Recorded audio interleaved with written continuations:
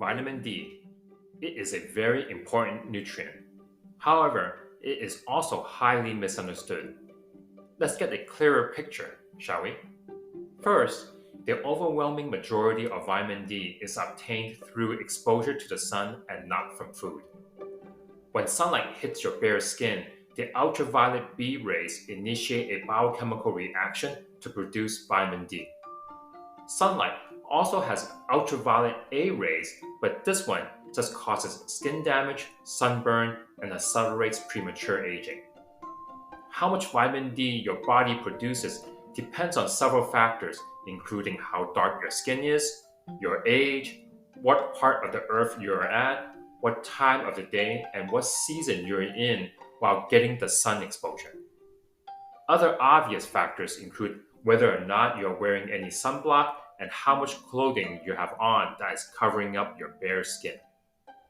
In general, in the San Francisco Bay Area, the best time to get the most vitamin D with the least harm from UVA rays is between 10 a.m. to 2 p.m. from late spring through early fall. During this time, the proportion of UVB versus UVA rays, the intensity of the sun, and the length of the day all lend to maximizing vitamin D production with the least harm to your skin. However, it doesn't mean that you cannot get vitamin D outside of those hours though. Having some outdoor activity and some sunlight exposure in any season on any day is essential to good health.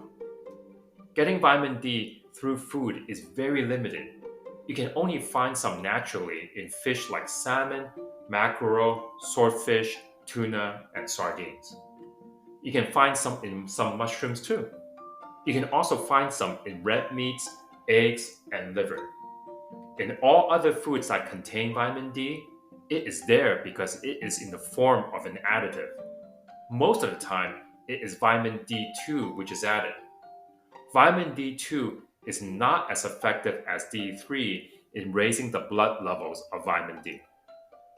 Therefore, if you are supplementing orally with vitamin D, and this is especially important during late fall, winter, and early spring because the days are so short, it would be advisable to use vitamin D3, and I recommend starting at 2000 IU per day.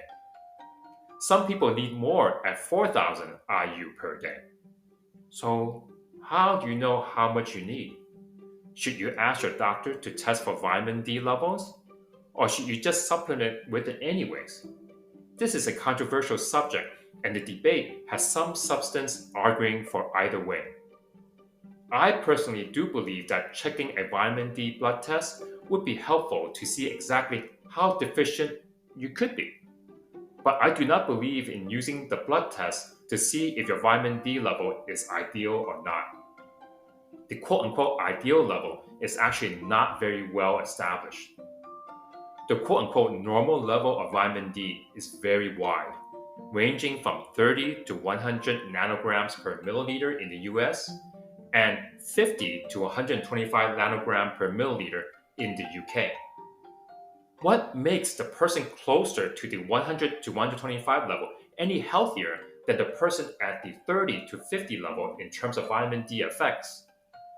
I can guarantee you no one can prove it at this time.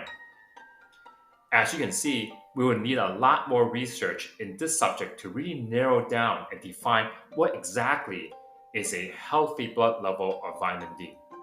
However, I can tell you one thing with much more certainty though, is that if your vitamin D level is in the teens or in the single digits, you are definitely having a clinically significant deficiency.